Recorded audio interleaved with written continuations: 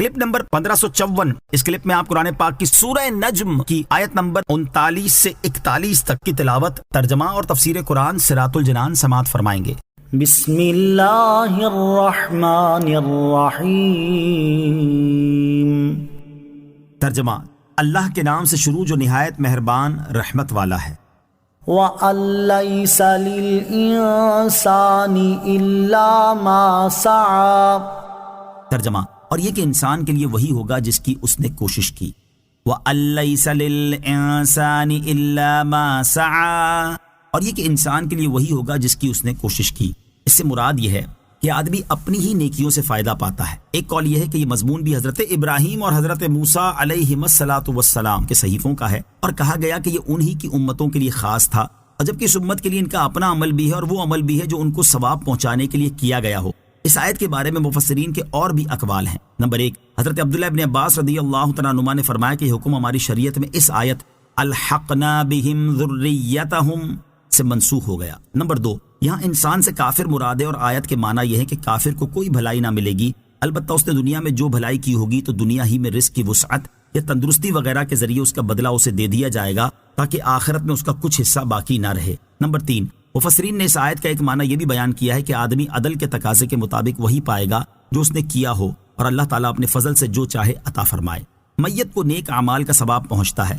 اس مقام پر ایک بات ذہن نشین رکھیں کہ میت کو نیک اعمال کا جو ثواب پہنچایا جاتا ہے وہ اسے پہنچتا ہے، اور یہ بات کثیر احادیث سے ثابت ہے، جیسا کہ حضرت عائشہ رضی اللہ تعالی عنہا فرماتی ہیں، ایک شخص نے بارگاہ رسالت صلی اللہ تعالی علیہ وسلم میں عرض کی، میری والدہ ماجدہ اچانک فوت ہو گئی ہیں، میرا خیال ہے کہ اگر وہ کوئی بات کرتی تو صدقہ دینے کا کہتی، اگر میں ان کی طرف سے خیرات کروں تو کیا انہیں ثواب ملے گا؟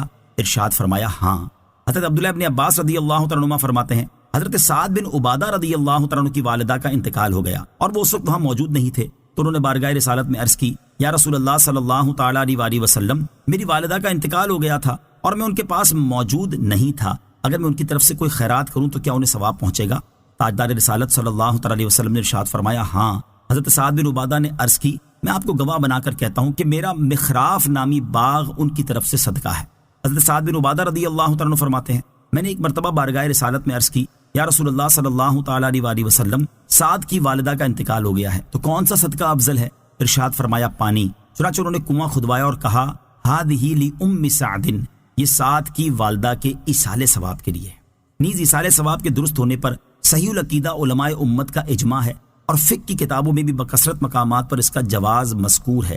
اسی لیے مسلمانوں کا جو یہ معمول ہے کہ وہ اپنے مردوں کو فاتحہ، سویم، چہلم، برسی اور عرس وغیرہ میں عبادات اور صدقات سے ثواب پہنچاتے رہتے ہیں، ان کا یہ عمل احادیث کے بالکل مطابق ہے۔ نیز یہ بھی یاد رکھیں کہ ایصال ثواب کے لیے شریعت کی طرف سے کوئی دن خاص نہیں، بلکہ جب چاہیں جس وقت چاہیں ایصال ثواب کر سکتے ہیں، اور اگر عزیز رشتہ داروں یا دوست احباب کی سہولت کے لیے دن معین کر کے ایصال ثواب کیا جائے تو اس میں بھی کوئی حرج نہیں ہے۔